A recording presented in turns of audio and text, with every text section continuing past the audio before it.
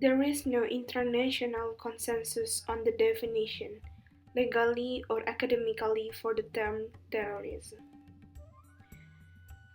A mix of those definitions result in something like terrorism is violence or the threat of violence.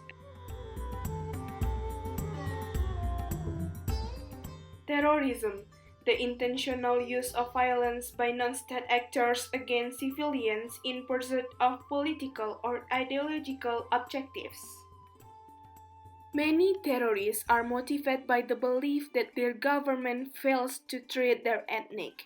They may disagree strongly with a specific government policy, or they may follow religious teachings that view certain people or countries as enemies.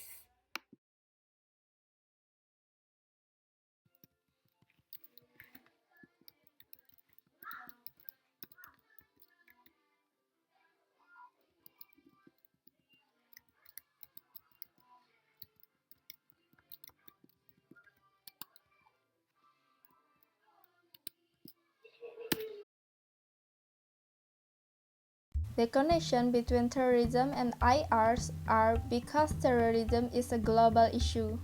So, we must understand how terrorism becomes a global issue.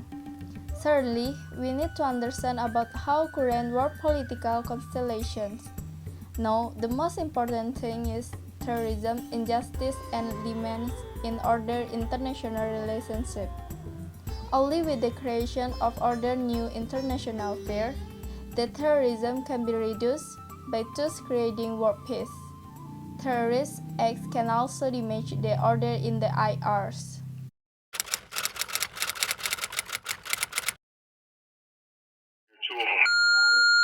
Jules, this is Ryan. Was on an airplane that's been hijacked. If things don't go well, it's not looking good. I just want you to know I absolutely love you. I want you to do good. So have a good time. Same to my parents and everybody. And I just totally love you, and I'll see you later. Bye, babe.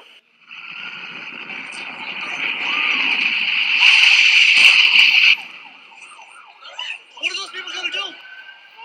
All the elevators are blocked out.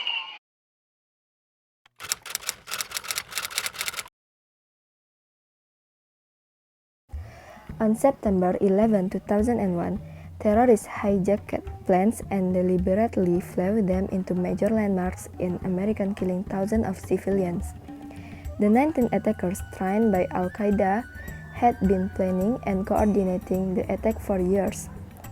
In large part, Osama bin Laden, the leader of the militant Islamic organization Al-Qaeda, instigated the attack. Khalid Sheikh Mohammed was allegedly the key operational planner. Bin Laden and Khalid Sheikh Mohammed met in Tora Bora, Afghanistan in 1996. During this meeting, Khalid Sheikh Mohammed presented proposal for an operation that resembled the attack on 1911.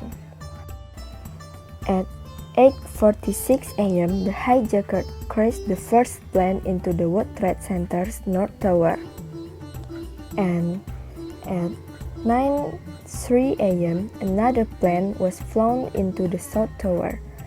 Rescue operation began almost immediately as the country of the losses. All the passengers on both planes were killed, along with more than 2,600 people in the towers and surrounding area. At 9:37 a.m., another plane destroyed part of the Pentagon, the United States military headquarters in Arlington, Virginia. And by 10:03 a.m., a fourth flight crashed Sankville, Pennsylvania after the passengers fought the hijackers. Its target was believed to have been either the Capitol or the White House. The attacks resulted in the deaths of nearly 3,000 people. Over 6,000 others were injured.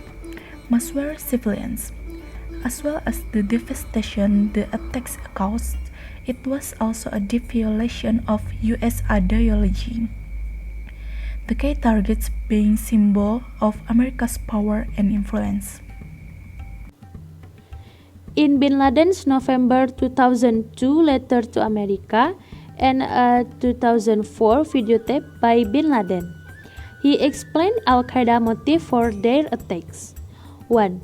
U.S. support for Israel, support for the attacks against Muslims in Somalia, support of Philippines against Muslims is the Moro conflict, support for Israel aggression against East Muslim Lebanon, support of Russian atrocities against Muslims in Chechnya, pro-American government in the Middle East who act as your agents being against Muslim interests, support of Indian operation against Muslims in Kashmir, the presence of U.S. troops in Saudi Arabia, the sanction against Iraq.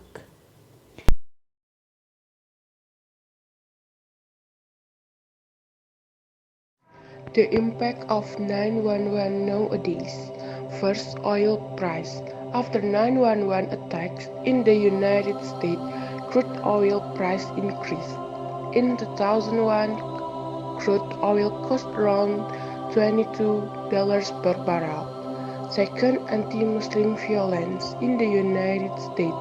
Since 9/11 attacks, violence against Muslims always happen and it became commonplace.